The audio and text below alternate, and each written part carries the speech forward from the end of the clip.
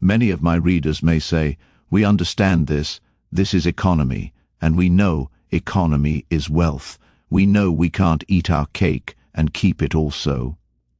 Yet I beg to say that perhaps more cases of failure arise from mistakes on this point than almost any other.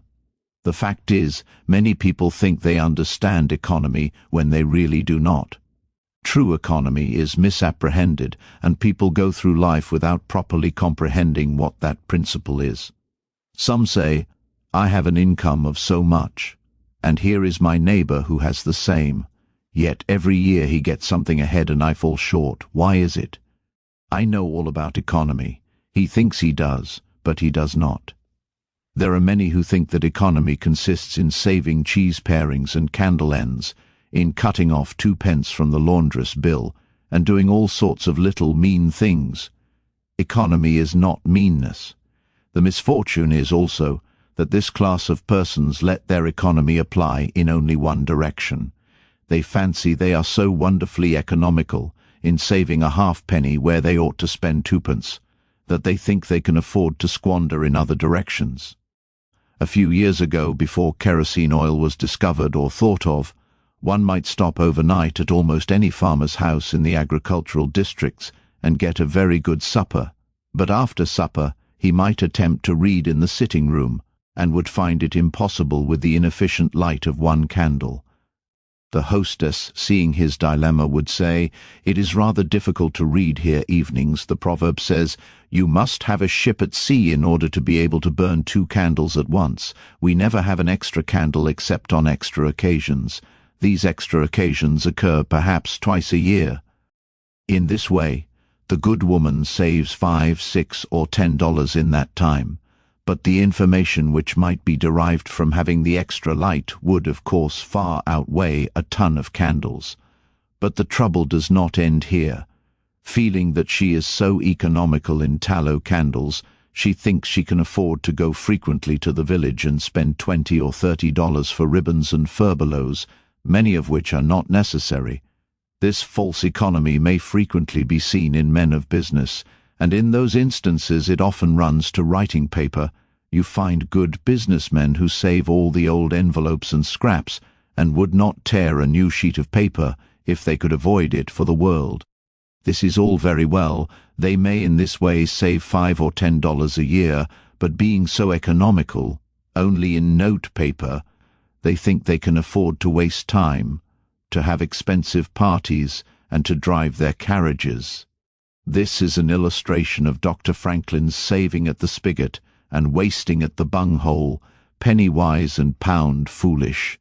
Punch, in speaking of this one-idea class of people, says they are like the man who bought a penny herring for his family's dinner and then hired a coach and 4 to take it home.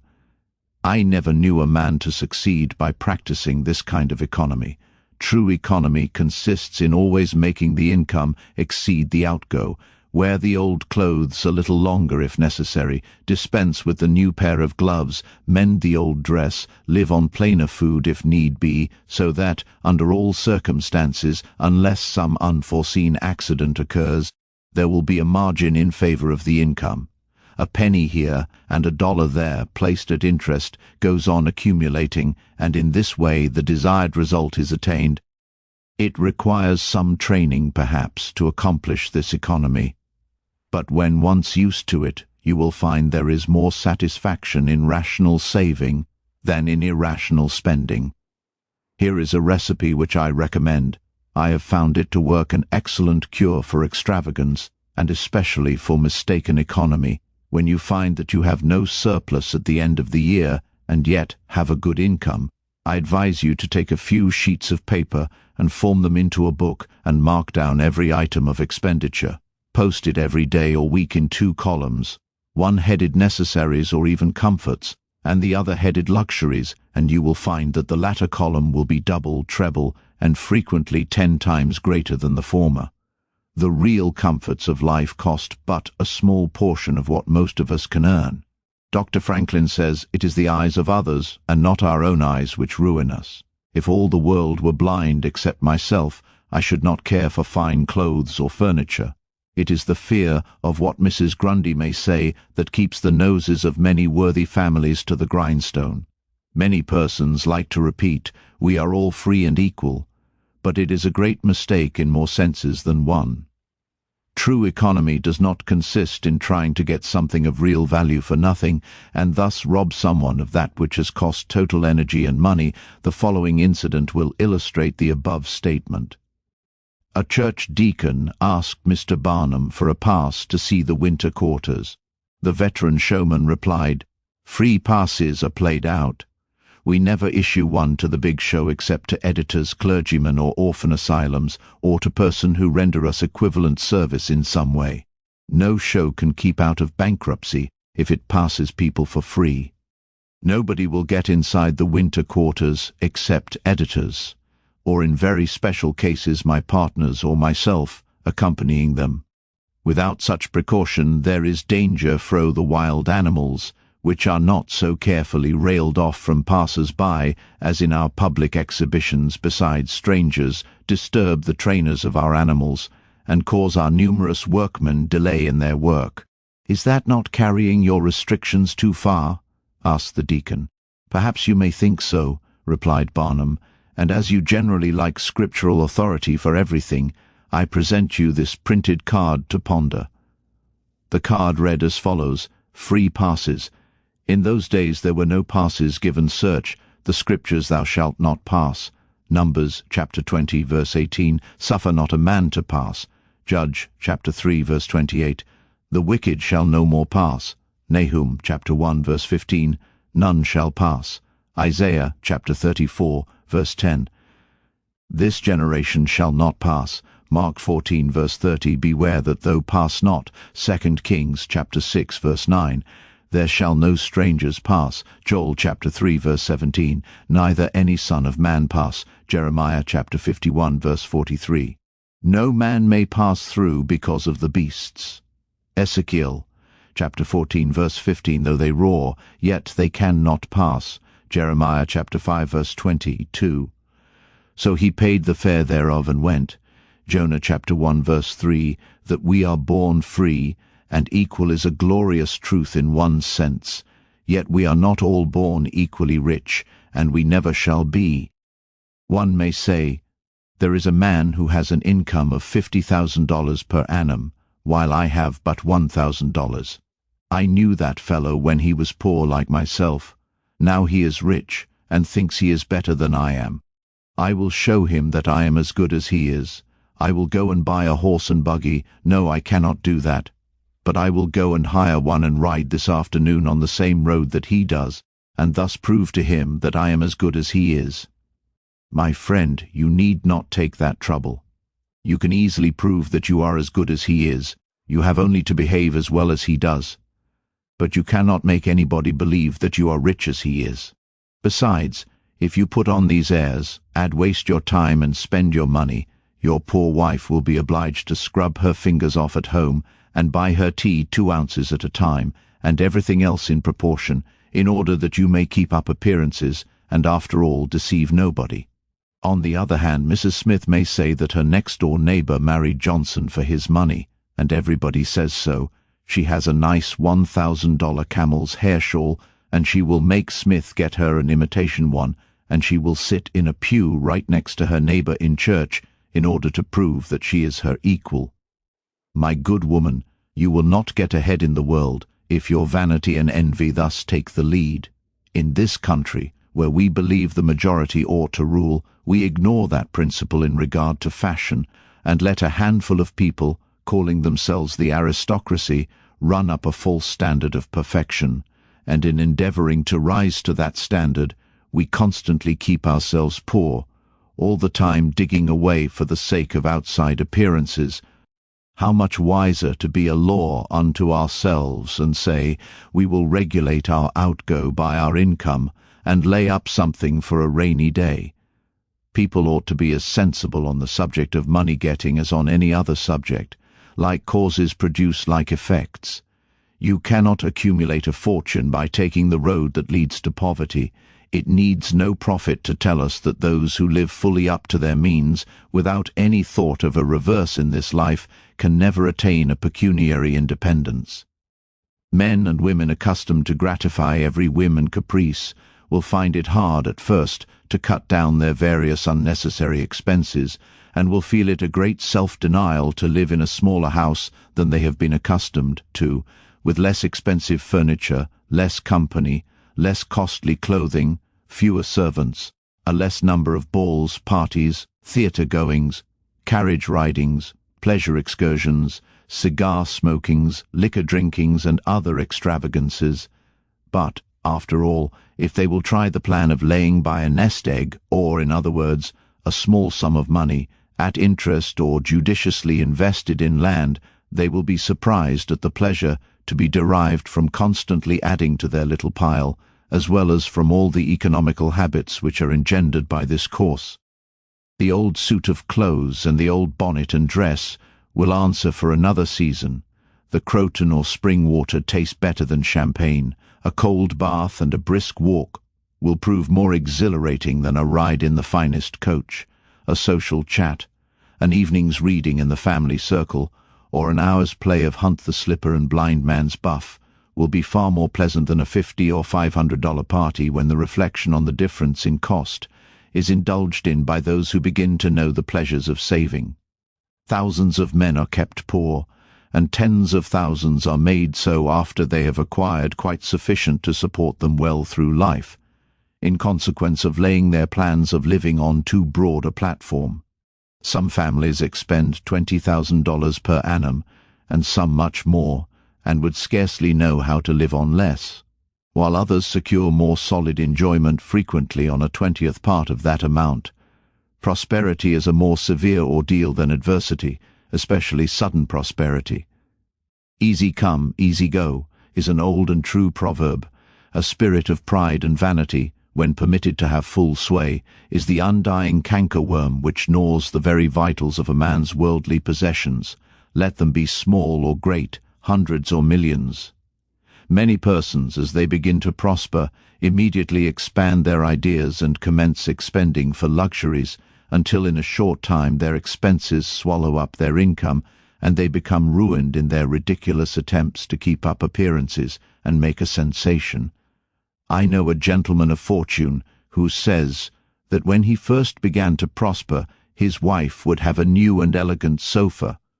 That sofa, he says, cost me $30,000.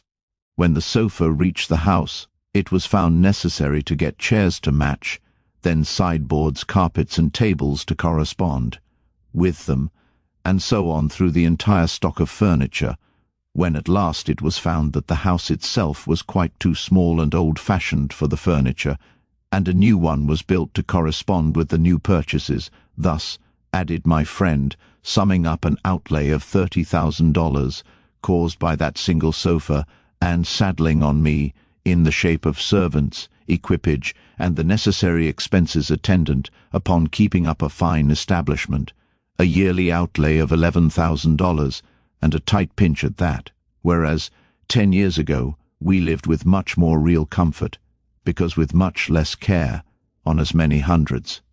The truth is, he continued, that sofa would have brought me to inevitable bankruptcy, had not a most unexampled title to prosperity kept me above it, and had I not checked the natural desire to cut a dash. The foundation of success in life is good health. That is the substratum fortune. It is also the basis of happiness. A person cannot accumulate a fortune very well when he is sick. He has no ambition, no incentive, no force. Of course, there are those who have bad health and cannot help it. You cannot expect that such persons can accumulate wealth, but there are a great many in poor health who need not be so. If, then, sound health is the foundation of success and happiness in life, how important it is that we should study the laws of health, which is but another expression for the laws of nature. The closer we keep to the laws of nature, the nearer we are to good health. And yet how many persons there are who pay no attention to natural laws, but absolutely transgress them, even against their own natural inclination. We ought to know that the sin of ignorance is never winked at in regard to the violation of nature's laws. Their infraction always brings the penalty. A child may thrust its finger into the flames without knowing it will burn, and so suffers. Repentance even will not stop the smart. Many of our ancestors knew very little about the principle of ventilation.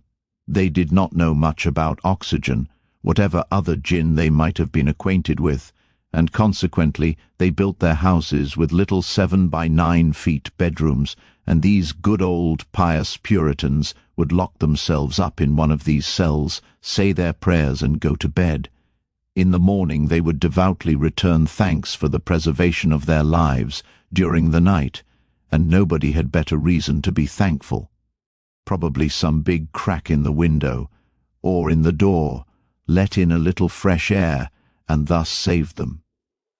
Many persons knowingly violate the laws of nature against their better impulses for the sake of fashion. For instance, there is one thing that nothing living except a vile worm ever naturally loved, and that is tobacco. Yet how many persons there are who deliberately train an unnatural appetite and overcome this implanted aversion for tobacco to such a degree that they get to love it. They have got hold of a poisonous, filthy weed, or rather that takes a firm hold of them. Here are married men who run about spitting tobacco juice on the carpet and floors, and sometimes even upon their wives besides. They do not kick their wives out of doors like drunken men, but their wives, I have no doubt, often wish they were outside of the house. Another perilous feature is that this artificial appetite, like jealousy, grows by what it feeds on. When you love that which is unnatural, a stronger appetite is created for the hurtful thing than the natural desire for what is harmless. There is an old proverb which says that habit is second nature, but an artificial habit is stronger than nature. Take, for instance, an old tobacco chewer. His love for the quid is stronger than his love for any particular kind of food. He can give up roast beef easier than give up the weed. Young lads regret that they are not men. They would like to go to bed, boys, and wake up men, and to accomplish this they copy the bad habits of their seniors. Little Tommy and Johnny see their fathers or uncles smoke a pipe, and they say, "If I could only do that, I would be a man too. Uncle John has gone out and left his pipe of tobacco. Let us try it." They take a match and light it, and then puff away. "We will learn to smoke. Do you like it, Johnny?" That lad dolefully replies, "Not very much. It tastes bitter." By and by he grows pale, but he persists, and he soon offers up a sacrifice on the altar of fashion.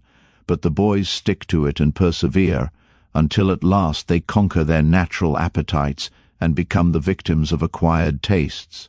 I speak by the book, for I have noticed its effects on myself, having gone so far as to smoke 10 or 15 cigars a day, although I have not used the weed during the last 14 years, and never shall again.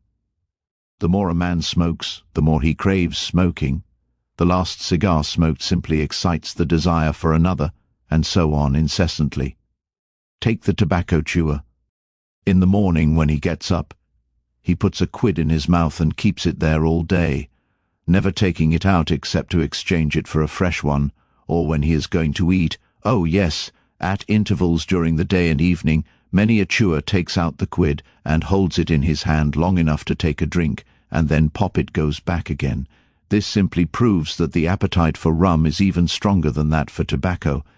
When the tobacco chewer goes to your country seat and you show him your grapery and fruit house and the beauties of your garden, when you offer him some fresh, ripe fruit and say, "My friend, I have got here the most delicious apples and pears and peaches and apricots. I have imported them from Spain, France, and Italy.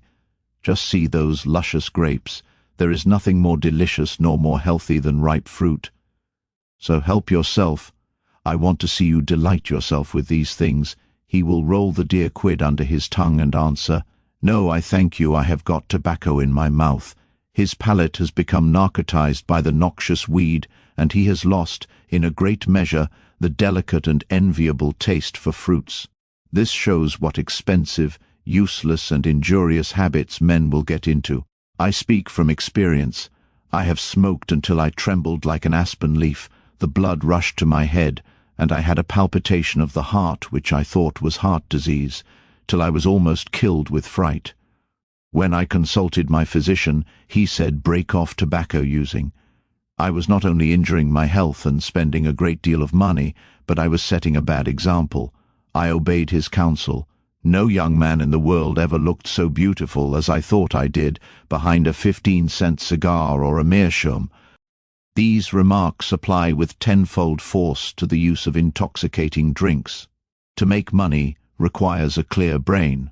A man has got to see that 2 and 2 make 4. He must lay all his plans with reflection and forethought, and closely examine all the details and the ins and outs of business. As no man can succeed in business unless he has a brain to enable him to lay his plans, and reason to guide him in their execution, so, no matter how bountifully a man may be blessed with intelligence, if the brain is muddled and his judgment warped by intoxicating drinks, it is impossible for him to carry on business successfully. How many good opportunities have passed, never to return, while a man was sipping a social glass with his friend? How many foolish bargains have been made under the influence of the nervine, which temporarily makes its victim think he is rich? How many important chances have been put off until tomorrow, and then forever, because the wine cup has thrown the system into a state of lassitude, neutralizing the energies so essential to success in business? Verily, wine is a mocker. The use of intoxicating drinks as a beverage is as much an infatuation as is the smoking of opium by the Chinese, and the former is quite as destructive to the success of the businessman as the latter. It is an unmitigated evil, utterly indefensible in the light of philosophy, religion, or good sense. It is the parent of nearly every other evil in our country. Don't mistake your vocation the safest plan, and the one most sure of success for the young man starting in life is to select the vocation which is most congenial to his tastes. Parents and guardians are often quite too negligent in regard to this. It is very common for a father to say, for example, I have 5 boys. I will make Billy a clergyman, John a lawyer, Tom a doctor, and Dick a farmer. He then goes into town and looks about to see what he will do with Sammy. He returns home and says, Sammy, I see watchmaking is a nice genteel business. I think I will make you a goldsmith. He does this regardless of Sam's natural inclinations or genius. We are all, no doubt, born for a wise purpose. There is as much diversity in our brains as in our countenances. Some are born natural mechanics, while some have great aversion to machinery. Let a dozen boys of 10 years get together, and you will soon observe 2 or 3 are whittling out some ingenious device, working with locks or complicated machinery. When they were but 5 years old, their father could find no toy to please them like a puzzle.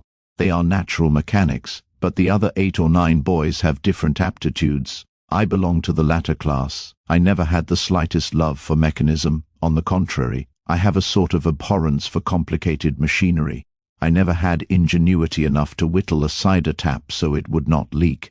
I never could make a pen that I could write with, or understand the principle of a steam engine. If a man was to take such a boy as I was and attempt to make a watchmaker of him, the boy might, after an apprenticeship of 5 or 7 years, be able to take apart and put together a watch, but all through life he would be working uphill and seizing every excuse for leaving his work and idling away his time. Watchmaking is repulsive to him. Unless a man enters upon the vocation intended for him by nature and best suited to his peculiar genius, he cannot succeed. I am glad to believe that the majority of persons do find their right vocation, yet we see many who have mistaken their calling, from the blacksmith up or down to the clergyman. You will see, for instance, that extraordinary linguist, the learned blacksmith, who ought to have been a teacher of languages, and you may have seen lawyers, doctors, and clergymen who were better fitted by nature for the anvil or the lapstone. Select a right location. After securing the right vocation, you must be careful to select the proper location. You may have been cut out for a hotel keeper, and they say it requires a genius to know how to keep a hotel. You might conduct a hotel like clockwork and provide satisfactorily for 500 guests every day, yet if you should locate your house in a small village where there is no railroad communication or public travel, the location would be your ruin. It is equally important that you do not commence business where there are already enough to meet all demands in the same occupation. I remember a case which illustrates this subject. When I was in London in 1858, I was passing down Holborn with an English friend and came to the penny shows. They had immense cartoons outside, portraying the wonderful curiosities to be seen all for a penny. Being a little in the show line myself, I said, "Let us go in here." We soon found ourselves in the presence of the illustrious showman, and he proved to be the sharpest man in that line I had ever met. He told us some extraordinary stories in reference to his bearded ladies, his albinos, and his armadillos, which we could hardly believe, but thought it better to believe it than look after the proof. He finally begged to call our attention to some wax statuary, and showed us a lot of the dirtiest and filthiest wax figures imaginable. They looked as if they had not seen water since the deluge. "What is there so wonderful about your statuary?" I asked. "I beg you not to speak so satirically," he replied. "Sir, these are not Madame Tussaud's wax figures, all covered with gilt and tinsel and imitation diamonds, and copied from engravings and photographs. Mine, sir, were taken from life. Whenever you look upon one of those figures, you may consider that you are looking upon the living individual." Glancing casually at them, I saw one labelled Henry VIII, and feeling a little curious upon seeing that it looked like Calvin Edson, the living skeleton, I said, "Do you call that Henry VIII?" He replied, "Certainly, sir. It was taken from life at Hampton Court, by special order of His Majesty on such a day. He would have given the hour of the day if I'd insisted." I said, "Everybody knows that Henry VIII was a great stout old king, and that figure is lean and lank. What do you say to that?" "Why," he replied, "you would be lean and lank yourself if you sat there as long as he has." There was no resisting such arguments. I said to my English friend, "Let us go out. Do not tell him who I am. I show the white feather. He beats me." He followed us to the door, and seeing the rabble in the street, he called out, "Ladies and gentlemen, I beg to draw your attention to the respectable character of my visitors," pointing to us as we walked away. I called upon him a couple of days afterwards, told him who I was, and said, "My friend, you are an excellent showman, but you have selected a bad location." He replied, "This is true, sir. I feel that all my talents are thrown away, but what can I do?" "You can go to America," I replied. "You can give full play to your faculties over there. You will find plenty of elbow room in America. I will engage you for 2 years. After that you will be able to go on your own account." He accepted my offer and remained 2 years in my New York museum. He then went to New Orleans and carried on a traveling show business during the summer. Today he is worth $60,000 simply because he selected the right vocation and also secured the proper location. The old proverb says, "3 removes are as bad as a fire, but when a man is in the fire, it matters but little how soon or how often he removes." Avoid debt. Young men starting in life should avoid running into debt. There is scarcely anything that drags a person down like debt. It is a slavish position to get in, yet we find many a young man hardly out of his teens running in debt. He meets a chum and says, "Look at this, I have got trusted for a new suit of clothes." He seems to look upon the clothes as so much given to him. Well, it frequently is so, but if he succeeds in paying and then gets trusted again, he is adopting a habit which will keep him in poverty through life. Debt robs a man of his self-respect and makes him almost despise himself. Grunting and groaning and working for what he has eaten up or worn out, and now when he is called upon to pay up, he has nothing to show for his money. This is properly termed working for a dead horse. I do not speak of merchants buying and selling on credit, or of those who buy on credit in order to turn the purchase to a profit. The old Quaker said to his farmer son, "John, never get trusted, but if thee gets trusted for anything, let it be for manure, because that will help thee pay it back again." Mr. Beecher advised young men to get in debt if they could to a small amount in the purchase of land in the country districts. If a young man, he says, will only get in debt for some land and then get married, these two things will keep him straight, or nothing will. This may be safe to a limited extent, but getting in debt for what you eat and drink and wear is to be avoided. Some families have a foolish habit of getting credit at the stores and thus frequently purchase many things which might have been dispensed with. It is all very well to say, "I have got trusted for 60 days, and if I don't have the money, the creditor will think nothing about it." There is no class of people in the world who have such good memories as creditors. When the 60 days run out, you will have to pay. If you do not pay, you will break your promise and probably resort to a falsehood. You may make some excuse or get in debt elsewhere to pay it, but that only involves you the deeper. A good-looking, lazy young fellow was the apprentice boy, Horatio. His employer said, "Horatio, did you ever see a snail?" "I think I have," he drawled out. "You must have met him then, for I am sure you never overtook one," said the boss. Your creditor will meet you or overtake you and say, "Now, my young friend, you agreed to pay me. You have not done it. You must give me your note." You give the note on interest, and it commences working against you. It is a dead horse. The creditor goes to bed at night and wakes up in the morning better off than when he retired, because his interest has increased during the night. But you grow poorer while you are sleeping, for the interest is accumulating against you. Money is in some respects like fire. It is a very excellent servant but a terrible master. When you have it mastering you, when interest is constantly piling up against you, it will keep you down in the worst kind of slavery. But let money work for you, and you have the most devoted servant in the world. It is no eye-servant. There is nothing animate or inanimate that will work so faithfully as money when placed at interest well secured. It works night and day, and in wet or dry weather. I was born in the blue law state of Connecticut, where the old Puritans had laws so rigid that it was said they fined a man for kissing his wife on Sunday. Yet these rich old Puritans would have thousands of dollars at interest, and on Saturday night would be worth a certain amount. On Sunday they would go to church and perform all the duties of a Christian.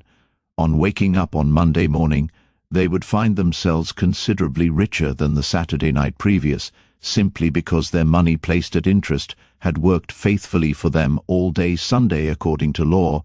Do not let it work against you. If you do, there is no chance for success in life so far as money is concerned. John Randolph, the eccentric Virginian, once exclaimed in Congress, "Mr. Speaker, I have discovered the philosopher's stone, pay as you go. This is, indeed, nearer to the philosopher's stone than any alchemist has ever yet arrived. Persevere when a man is in the right path, he must persevere." I speak of this because there are some persons who are born tired, naturally lazy, and possessing no self-reliance and no perseverance. But they can cultivate these qualities, as Davy Crockett said, "This thing remember, when I am dead, be sure you are right, then go ahead." It is this go-aheaditiveness, this determination not to let the horrors or the blues take possession of you so as to make you relax your energies in the struggle for independence, which you must cultivate. How many have almost reached the goal of their ambition, but, losing faith in themselves, have relaxed their energies, and the golden prize has been lost forever. It is no doubt often true, as Shakespeare says, there is a tide in the affairs of men which, taken at the flood, leads on to fortune. If you hesitate, some bolder hand will stretch out before you and get the prize. Remember the proverb of Solomon, "He becometh poor that dealeth with a slack hand, but the hand of the diligent maketh rich." Perseverance is sometimes but another word for self-reliance. Many persons naturally look on the dark side of life and borrow trouble. They are born so. Then they ask for advice, and they will be governed by one wind and blown by another, and cannot rely upon themselves. Until you can get so that you can rely upon yourself, you need not expect to succeed. I have known men, personally, who have met with pecuniary reverses, and absolutely committed suicide because they thought they could never overcome their misfortune. But I have known others who have met more serious financial difficulties and have bridged them over by simple perseverance, aided by a firm belief that they were doing justly, and that providence would overcome evil with good. You will see this illustrated in any sphere of life. Take two generals, both understanding military tactics, both educated at West Point if you please, both equally gifted, yet one, having this principle of perseverance, and the other lacking it, the former will succeed in his profession, while the latter will fail. One may hear the cry, "The enemy are coming, and they have got cannon." "Got cannon?" says the hesitating general. "Yes." "Then halt every man." He wants time to reflect. His hesitation is his ruin. The enemy passes unmolested or overwhelms him, while on the other hand, the general of pluck, perseverance and self-reliance goes into battle with a will, and, amid the clash of arms, the booming of cannon, the shrieks of the wounded, and the moans of the dying, you will see this man persevering, going on, cutting and slashing his way through with unwavering determination, and inspiring his soldiers to deeds of fortitude, valor, and triumph. Whatever you do, do it with all your might, work at it, if necessary, early and late, in season and out of season, not leaving a stone unturned, and never deferring for a single hour that which can be done just as well now. The old proverb is full of truth and meaning.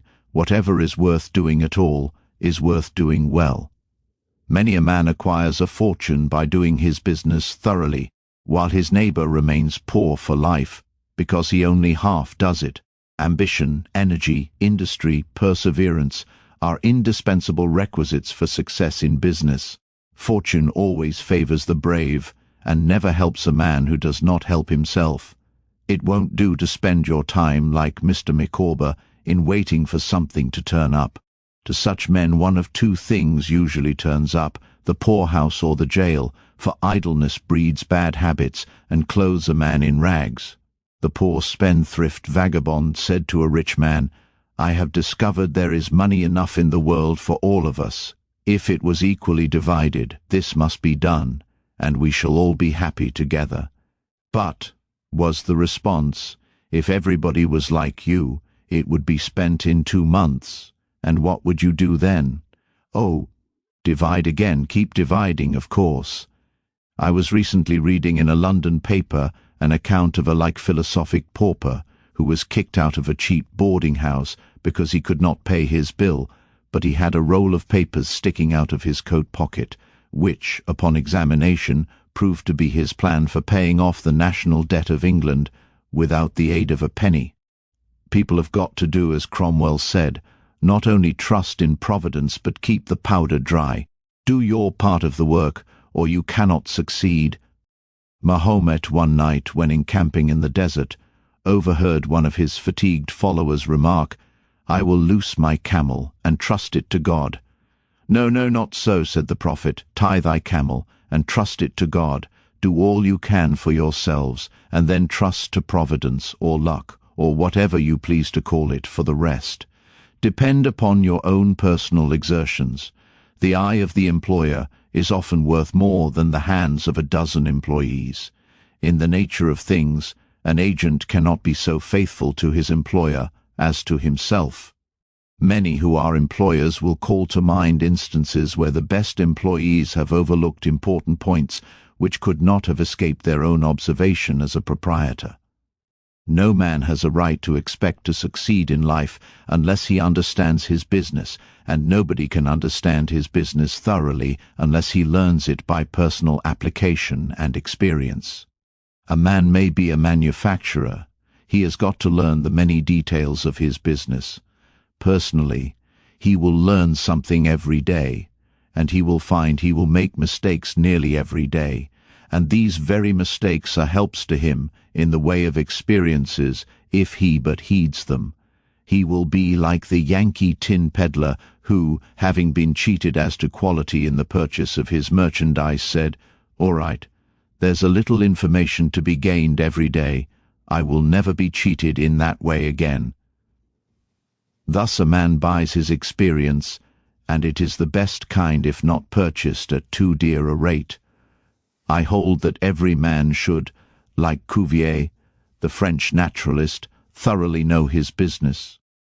So proficient was he in the study of natural history, that you might bring to him the bone, or even a section of a bone of an animal which he had never seen described, and reasoning from analogy, he would be able to draw a picture of the object from which the bone had been taken. On one occasion his students attempted to deceive him. They rolled one of their number in a cow skin and put him under the professor's table as a new specimen. When the philosopher came into the room, some of the students asked him what animal it was. Suddenly the animal said, "I am the devil, and I am going to eat you."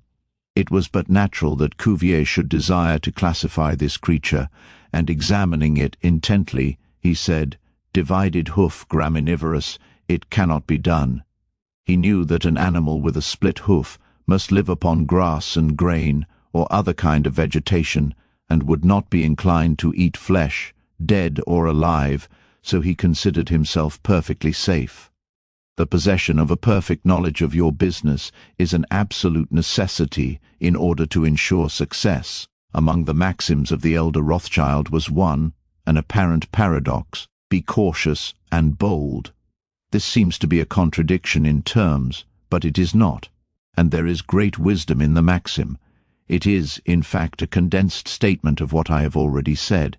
It is to say, you must exercise your caution in laying your plans, but be bold in carrying them out. A man who is all caution will never dare to take hold and be successful, and a man who is all boldness is merely reckless and must eventually fail. A man may go on 'change and make $50,000 or $100,000 in speculating in stocks at a single operation. But if he has simple boldness without caution, it is mere chance, and what he gains today he will lose tomorrow. You must have both the caution and the boldness to ensure success. The Rothschilds have another maxim: never have anything to do with an unlucky man or place. That is to say, never have anything to do with a man or place which never succeeds, because, although a man may appear to be honest and intelligent, yet if he tries this or that thing and always fails, it is on account of some fault or infirmity that you may not be able to discover, but nevertheless must exist. There is no such thing in the world as luck. There never was a man who could go out in the morning and find a purse full of gold in the street today, and another tomorrow, and so on day after day. He may do so once in his life, but so far as mere luck is concerned, he is as liable to lose it as to find it. Like causes produce like effects. If a man adopts the proper methods to be successful, luck will not prevent him. If he does not succeed, there are reasons for it, although perhaps he may not be able to see them. Use the best tools. Men in engaging employees should be careful to get the best. Understand, you cannot have too good tools to work with, and there is no tool you should be so particular about as the living tools. If you get a good one, it is better to keep him than keep changing. He learns something every day, and you are benefited by the experience he acquires. He is worth more to you this year than last, and he is the last man to part with, provided his habits are good and he continues faithful. If, as he gets more valuable, he demands an exorbitant increase of salary on the supposition that you can't do without him, let him go. Whenever I have such an employee, I always discharge him. First, to convince him that his place may be supplied, and second, because he is good for nothing if he thinks he is invaluable and cannot be spared. But I would keep him, if possible, in order to profit from the result of his experience. An important element in an employee is the brain. You can see bills up, hands wanted, but hands are not worth a great deal without heads. Mr. Beecher illustrates this in this wise: an employee offers his services by saying, "I have a pair of hands, and one of my fingers thinks." "That is very good," says the employer. Another man comes along and says he has two fingers that think. "Ah, that is better. But a third calls in and says that all his fingers and thumbs think that is better still. Finally another steps in and says, I have a brain that thinks, I think all over, I am a thinking as well as a working man. You are the man I want, says the delighted employer. Those men who have brains and experience are therefore the most valuable and not to be readily parted with. It is better for them, as well as yourself, to keep them at reasonable advances of their salaries from time to time. Don't get above your business young men after they get through their business training or apprenticeship. Instead of pursuing their avocation and rising in their business, will often lie about doing nothing. They say, I have learned my business, but I am not going to be a hireling. What is the object of learning my trade or profession unless I establish myself? Have you capital to start with? No, but I am going to have it. How are you going to get it? I will tell you confidentially, I have a wealthy old aunt, and she will die pretty soon, but if she does not, I expect to find some rich old man who will lend me a few thousands to give me a start. If I only get the money to start with, I will do well. There is no greater mistake than when a young man believes he will succeed with borrowed money. Why? Because every man's experience coincides with that of Mr. Astor, who said, it was more difficult for him to accumulate his first $1,000 than all the succeeding millions that made up his colossal fortune. Money is good for nothing unless you know the value of it by experience. Give a boy $20,000 and put him in business, and the chances are that he will lose every dollar of it before he is a year older. Like buying a ticket in the lottery and drawing a prize, it is easy come, easy go. He does not know the value of it. Nothing is worth anything unless it costs effort. Without self-denial and economy, patience and perseverance, and commencing with capital which you have not earned, you are not sure to succeed in accumulating. Young men, instead of waiting for dead men's shoes, should be up and doing.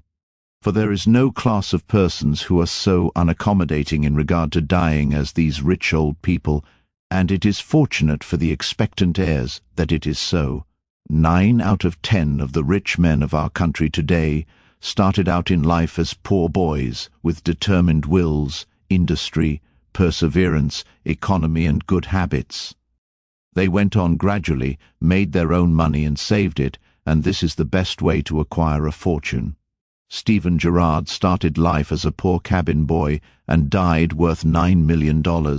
At Stewart was a poor Irish boy. At the time of his death, he paid taxes on $1.5 million of income per year.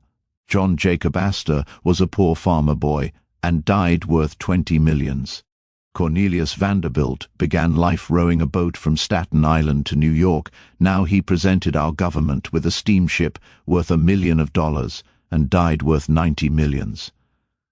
There is no royal road to learning, says the proverb, and I may say it is equally true. There is no royal road to wealth.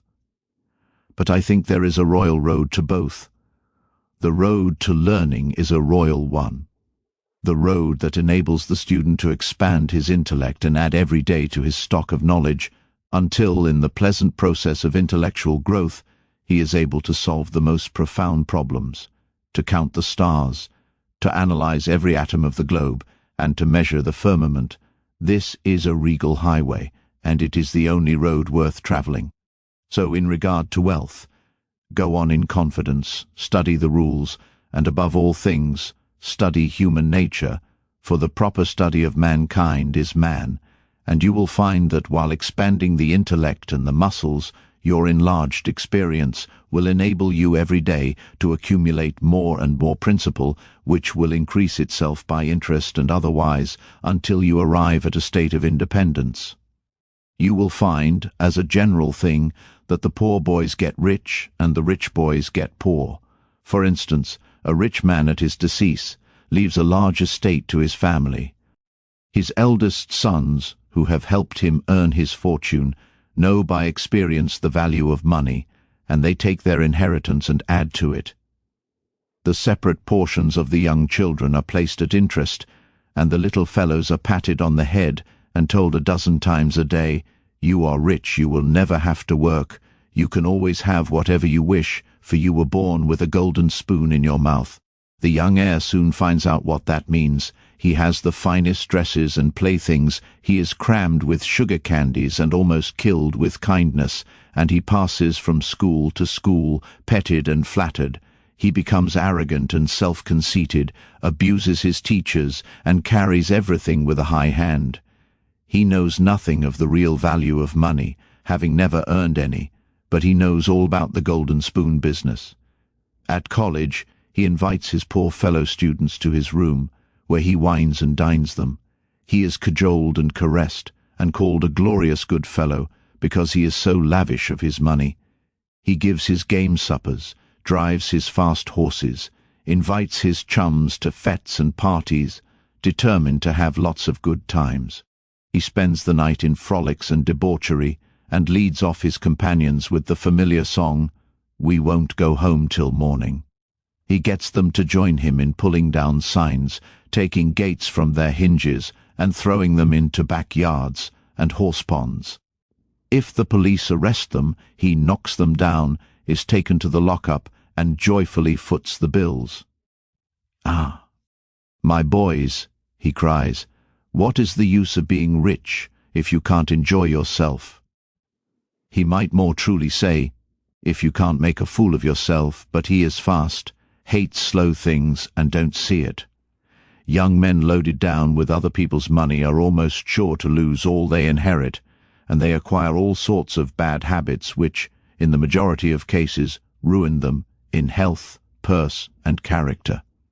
In this country, one generation follows another, and the poor of today are rich in the next generation, or the third.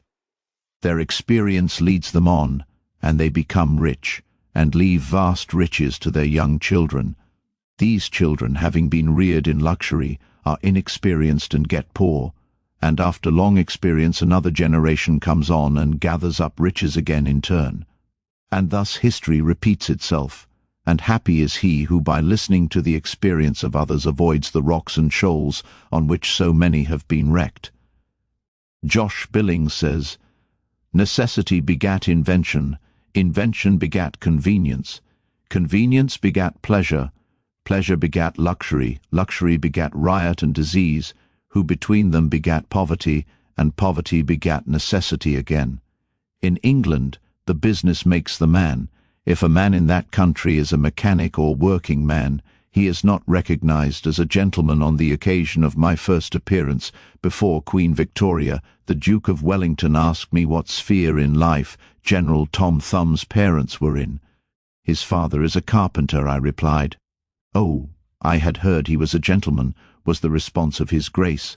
In this republican country the man makes the business, no matter whether he is a blacksmith, a shoemaker, a farmer, banker or lawyer, so long as his business is legitimate, he may be a gentleman. So any legitimate business is a double blessing. It helps the man engaged in it, and also helps others. The farmer supports his own family, but he also benefits the merchant or mechanic who needs the products of his farm. The tailor not only makes a living by his trade, but he also benefits the farmer, the clergyman, and others who cannot make their own clothing. But all these classes of men may be gentlemen. The great ambition should be to excel all others engaged in the same occupation. The college student who was about graduating said to an old lawyer, "I have not yet decided which profession I will follow. Is your profession full?" "The basement is much crowded, but there is plenty of room upstairs," was the witty and truthful reply. No profession, trade, or calling is overcrowded in the upper story. Wherever you find the most honest and intelligent merchant or banker, or the best lawyer, the best doctor, the best clergyman, the best shoemaker, carpenter, or anything else, that man is most sought for and has always enough to do. As a nation, Americans are too superficial. They are striving to get rich quickly and do not generally do their business as substantially and thoroughly as they should, but whoever excels all others in his own line, if his habits are good and his integrity undoubted, cannot fail to secure abundant patronage and the wealth that naturally follows. Let your motto then always be Excelsior, for by living up to it there is no such word as fail. Learn something useful. Every man should make his son or daughter learn some trade or profession, so that in these days of changing fortunes, of being rich today and poor tomorrow, they may have something tangible to fall back upon. This provision might save many persons from misery, who by some unexpected turn of fortune have lost all their means. Let hope predominate, but be not too visionary. Many persons are always kept poor because they are too visionary. Every project looks to them like certain success, and therefore they keep changing from one business to another, always in hot water, always under the harrow. The plan of counting the chickens before they are hatched is an error of ancient date, but it does not seem to improve by age. Do not scatter your powers, engage in one kind of business only, and stick to it faithfully until you succeed or until your experience shows you that you should abandon it. A constant hammering on one nail will generally drive it home at last, so that it can be clinched. When a man's undivided attention is centered on one object, his mind will constantly be suggesting improvements of value which would escape him if his brain was occupied by a dozen different subjects at once. Many a fortune has slipped through a man's fingers because he was engaged in too many occupations at a time. There is good sense in the old caution against having too many irons in the fire at once. Be systematic. Men should be systematic in their business. A person who does business by rule, having a time and place for everything, and doing his work promptly, will accomplish twice as much, and with half the trouble of him who does it carelessly and slipshod. By introducing system into all your transactions, doing one thing at a time, always meeting appointments with punctuality, you find leisure for pastime and recreation, whereas the man who only half does one thing, and then turns to something else, and half does that, will have his business at loose ends, and will never know when his day's work is done. Of course, there is a limit to all these rules. We must try to preserve the happy medium, for there is such a thing as being too systematic. There are men and women, for instance, who put away things so carefully that they never find them again. It is too much like the red tape formality at Washington and Mr. Dickens's circumlocution office, all theory and no result. When the Astor House was first started in New York City, it was undoubtedly the best hotel in the country. The proprietors had learned a good deal in Europe regarding hotels, and the landlords were proud of the rigid system which pervaded every department of their great establishment. When 12 o'clock at night had arrived, and there were a number of guests around, one of the proprietors would say, "Touch that bell, John," and in 2 minutes 60 servants, with a water bucket in each hand, would present themselves in the hall. "This," said the landlord, addressing his guests, "is our fire bell.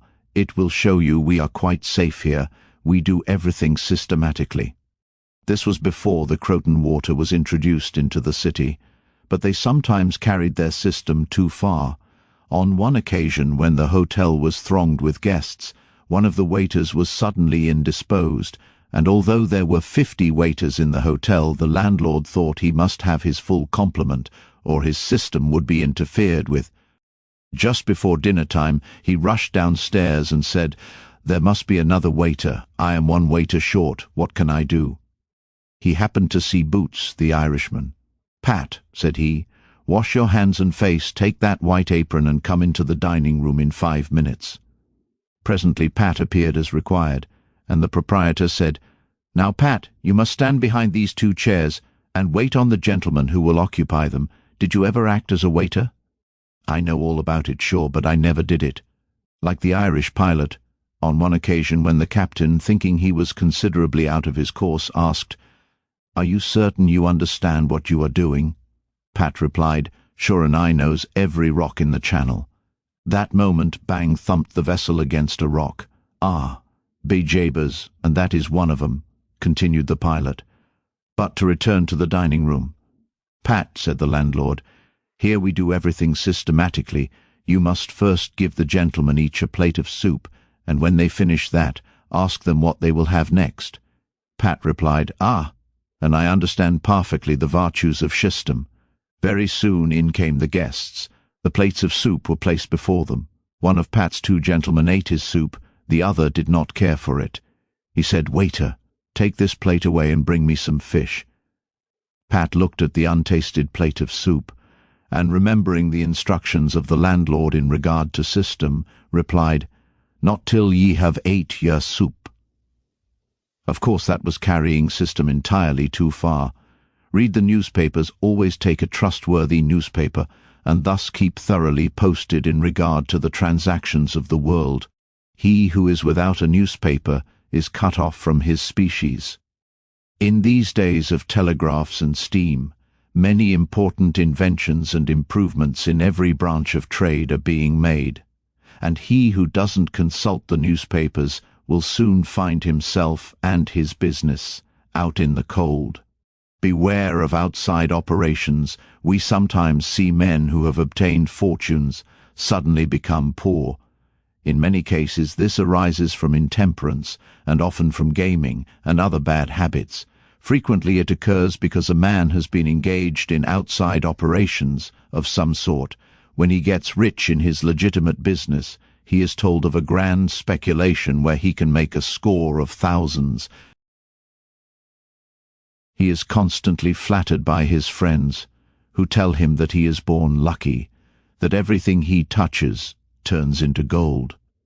Now if he forgets that his economical habits, his rectitude of conduct, and a personal attention to a business which he understood, caused his success in life, he will listen to the siren voices. He says, "I will put in $20,000. I have been lucky, and my good luck will soon bring me back $60,000. A few days elapse, and it is discovered he must put in $10,000 more. Soon after he is told it is all right, but certain matters not foreseen require an advance of $20,000 more, which will bring him a rich harvest, but before the time comes around to realize, the bubble bursts, he loses all he is possessed of, and then he learns what he ought to have known at the first. That however successful a man may be in his own business, if he turns from that and engages ill a business which he don't understand, he is like Samson when shorn of his locks his strength has departed, and he becomes like other men. If a man has plenty of money, he ought to invest something in everything that appears to promise success, and that will probably benefit mankind, but let the sums thus invested be moderate in amount, and never let a man foolishly jeopardize a fortune that he has earned in a legitimate way, by investing it in things in which he has had no experience. Don't endorse without security. I hold that no man ought ever to endorse a note or become security for any man, be it his father or brother, to a greater extent than he can afford to lose and care nothing about, without taking good security. Here is a man that is worth $20,000. He is doing a thriving manufacturing or mercantile trade. You are retired and living on your money. He comes to you and says, "You are aware that I am worth $20,000 and don't owe a dollar. If I had $5,000 in cash, I could purchase a particular lot of goods and double my money in a couple of months. Will you endorse my note for that amount?" You reflect that he is worth $20,000, and you incur no risk by endorsing his note. You like to accommodate him, and you lend your name without taking the precaution of getting security. Shortly after, he shows you the note with your endorsement cancelled, and tells you, probably truly, that he made the profit that he expected by the operation. You reflect that you have done a good action, and the thought makes you feel happy. By and by the same thing occurs again, and you do it again. You have already fixed the impression in your mind that it is perfectly safe to endorse his notes without security. But the trouble is, this man is getting money too easily. He has only to take your note to the bank, get it discounted and take the cash. He gets money for the time being without effort, without inconvenience to himself. Now mark the result. He sees a chance for speculation outside of his business. A temporary investment of only $10,000 is required. It is sure to come back before a note at the bank would be due. He places a note for that amount before you. You sign it almost mechanically, being firmly convinced that your friend is responsible and trustworthy. You endorse his notes as a matter of course. Unfortunately, the speculation does not come to a head quite so soon as was expected, and another $10,000 note must be discounted to take up the last one when due. Before this note matures, the speculation has proved an utter failure, and all the money is lost. Does the loser tell his friend, the endorser, that he has lost half of his fortune? Not at all. He don't even mention that he has speculated at all. But he has got excited. The spirit of speculation has seized him. He sees others making large sums in this way. We seldom hear of the losers, and, like other speculators, he looks for his money where he loses it. He tries again. Endorsing notes has become chronic with you, and at every loss he gets your signature for whatever amount he wants. Finally, you discover your friend has lost all of his property and all of yours. You are overwhelmed with astonishment and grief, and you say it is a hard thing. My friend here has ruined me, but, you should add, I have ruined him. If you had said in the first place, I will accommodate you, but I never endorse without taking ample security, he could not have gone beyond the length of his tether, and he would never have been tempted away from his legitimate business.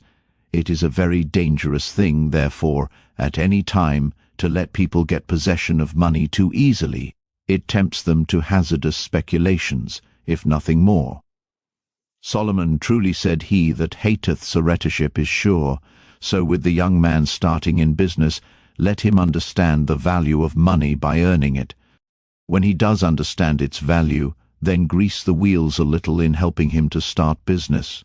But remember, men who get money with too great facility cannot easily succeed. You must get the first dollars by hard knocks, and at some sacrifice, in order to appreciate the value of those dollars. Advertise your business. We all depend, more or less, upon the public for our support. We all trade with the public. Lawyers, doctors, shoemakers, artists, blacksmiths, showmen, opera singers, railroad presidents, and college professors. Those who deal with the public must be careful that their goods are valuable, that they are genuine, and will give satisfaction. When you get an article which you know is going to please your customers, and that when they have tried it, they will feel they have got their money's worth, then let the fact be known that you have got it. Be careful to advertise it in some shape or other, because it is evident that if a man has ever so good an article for sale, and nobody knows it, it will bring him no return. In a country like this, where nearly everybody reads, and where newspapers are issued and circulated in editions of 5,000 to 200,000, it would be very unwise if this channel was not taken advantage of to reach the public in advertising. A newspaper goes into the family and is read by wife and children, as well as the head of the house, hence hundreds and thousands of people may read your advertisement while you are attending to your routine business. Many perhaps read it while you are asleep. The whole philosophy of life is first sow, then reap. That is the way the farmer does. He plants his potatoes and corn, and sows his grain, and then goes about something else, and the time comes when he reaps. But he never reaps first and sows afterwards. This principle applies to all kinds of business, and to nothing more eminently than to advertising. If a man has a genuine article, there is no way in which he can reap more advantageously than by sowing to the public in this way. He must, of course, have a really good article, and one which will please his customers. Anything spurious will not succeed permanently because the public is wiser than many imagine. Men and women are selfish, and we all prefer purchasing where we can get the most for our money, and we try to find out where we can most surely do so. You may advertise a spurious article and induce many people to call and buy at once, but they will denounce you as an impostor and swindler, and your business will gradually die out and leave you poor. This is right. Few people can safely depend upon chance custom. You will need to have your customers return and purchase again. A man said to me, I have tried advertising and did not succeed, yet I have a good article. I replied, my friend, There may be exceptions to a general rule, but how do you advertise? I put it in a weekly paper 3 times and paid $1.50 for it. I replied, "Sir, advertising is like learning. A little is a dangerous thing." A French writer says that the reader of a newspaper does not see the first insertion of an ordinary advertisement, the second insertion he sees, but does not read, the third insertion he reads, the fourth insertion he looks at the price, the fifth insertion he speaks of it to his wife, the sixth insertion he is ready to purchase, and the seventh insertion he purchases. Your object in advertising is to make the public understand what you have got to sell, and if you have not the pluck to keep advertising until you have imparted that information, all the money you have spent is lost. You are like the fellow who told the gentleman if he would give him 10 cents, it would save him $1. "How can I help you so much with so small a sum?" asked the gentleman in surprise. "I started out this morning," hiccuped the fellow, "with the full determination to get drunk, and I have spent my only $1 to accomplish the object, and it has not quite done it. 10 cents worth more of whiskey would just do it, and in this manner I should save the $1 already expended. So a man who advertises at all must keep it up until the public know who and what he is and what his business is, or else the money invested in advertising is lost." Some men have a peculiar genius for writing a striking advertisement, one that will arrest the attention of the reader at first sight. This tact, of course, gives the advertiser a great advantage. Sometimes a man makes himself popular by an unique sign or a curious display in his window. Recently I observed a swing sign extending over the sidewalk in front of a store, on which was the inscription in plain letters, "Don't read the other side." Of course I did, and so did everybody else, and I learned that the man had made an independence by first attracting the public to his business in that way, and then using his customers well afterwards. Jenin, the hatter, bought the first Jenny Lind ticket at auction for $225 because he knew it would be a good advertisement for him. "Who is the bidder?" said the auctioneer as he knocked down that ticket at Castle Garden. "Jenin the hatter," was the response. Here were thousands of people from the Fifth Avenue and from distant cities in the highest stations in life. "Who is Jenin the hatter?" they exclaimed. They had never heard of him before. The next morning the newspapers and telegraph had circulated the facts from Maine to Texas, and from 5 to 10 millions off. People had read that the tickets sold at auction for Jenny Lind's first concert amounted to about $20,000, and that a single ticket was sold at $225 to Jenin, the hatter. Men throughout the country involuntarily took off their hats to see if they had a Jenin hat on their heads. At a town in Iowa it was found that in the crowd around the post office there was one man who had a Jenin hat, and he showed it in triumph, although it was worn out and not worth 2 cents. "Why," one man exclaimed, "you have a real Jenin hat, what a lucky fellow you are." Another man said, "Hang on to that hat, it will be a valuable heirloom in your family."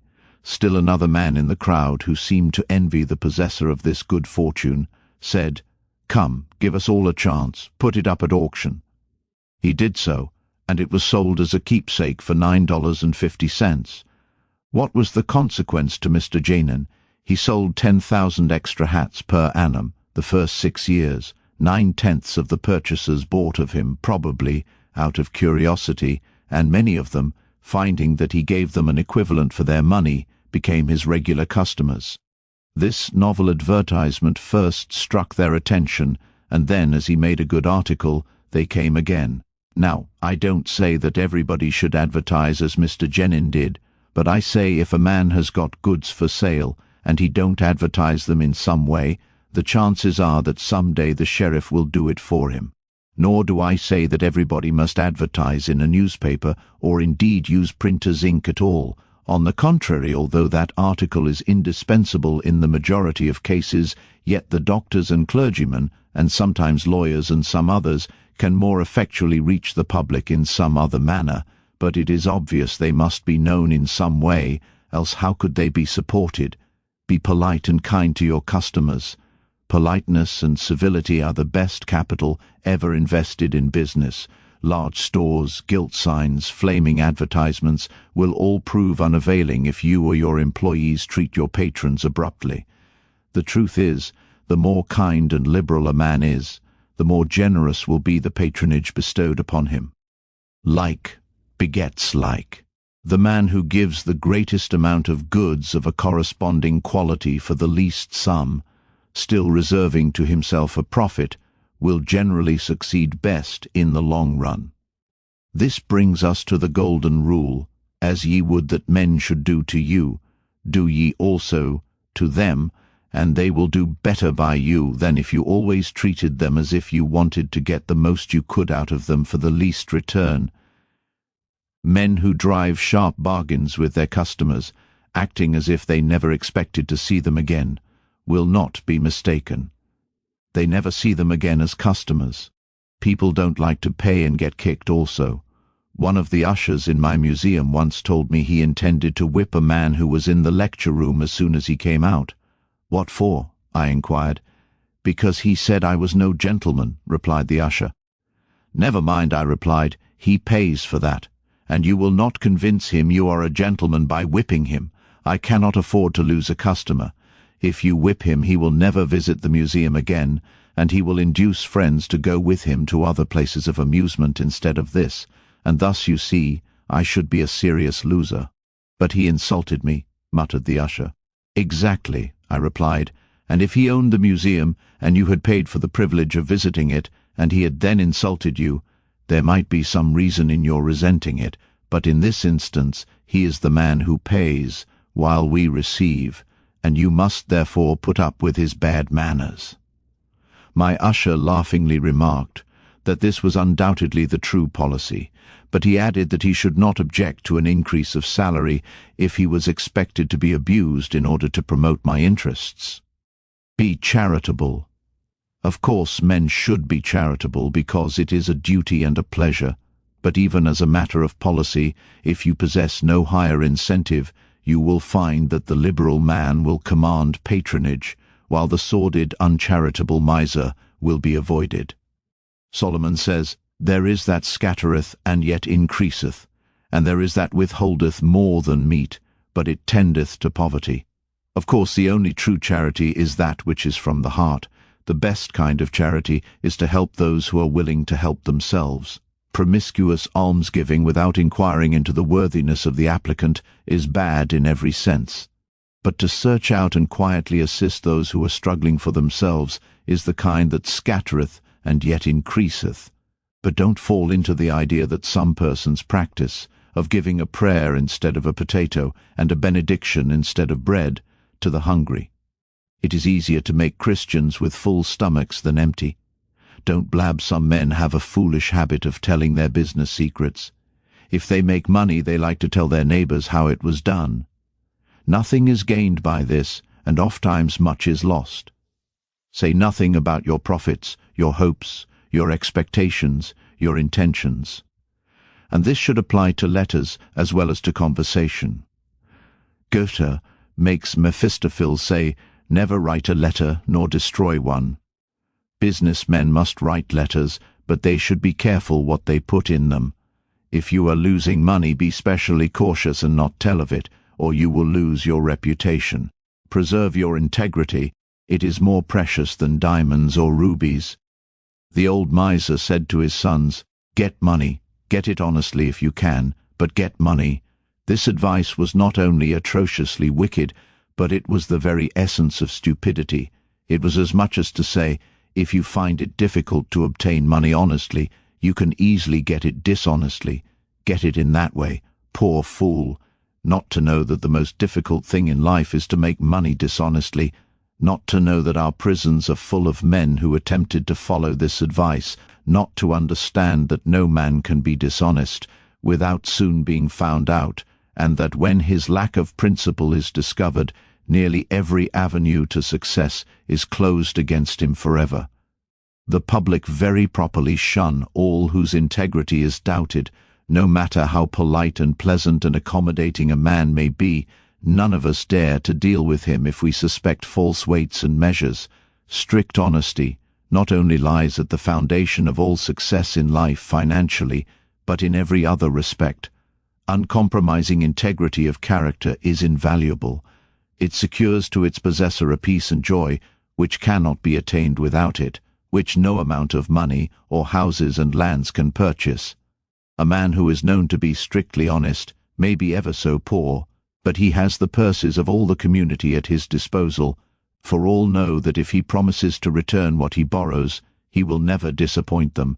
As a mere matter of selfishness, therefore, if a man had no higher motive for being honest, all will find that the maxim of Dr. Franklin can never fail to be true, that honesty is the best policy.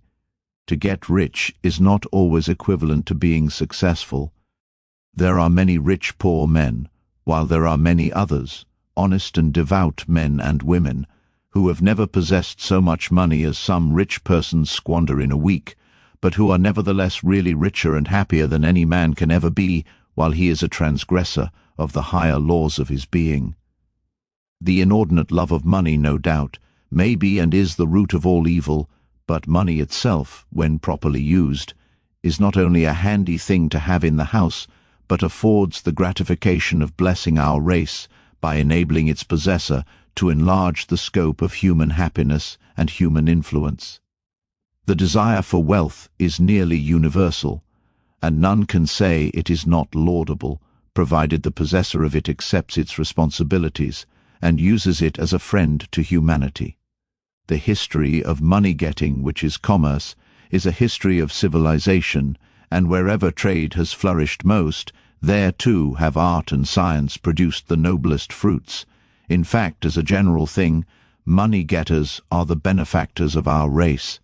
To them, in a great measure, are we indebted for our institutions of learning and of art, our academies, colleges, and churches.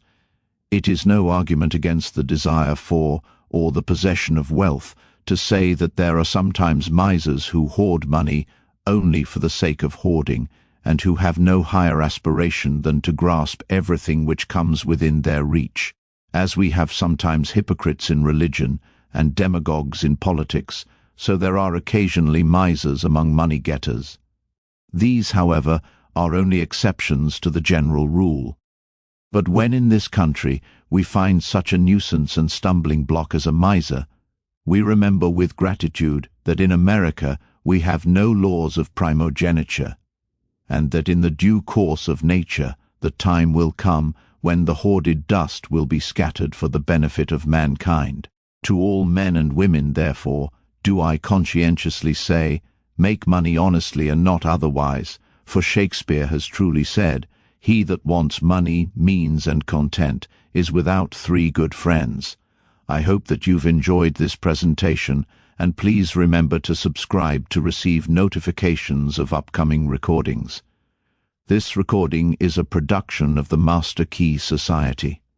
The video and audio is copyright 2023, Master Key Society,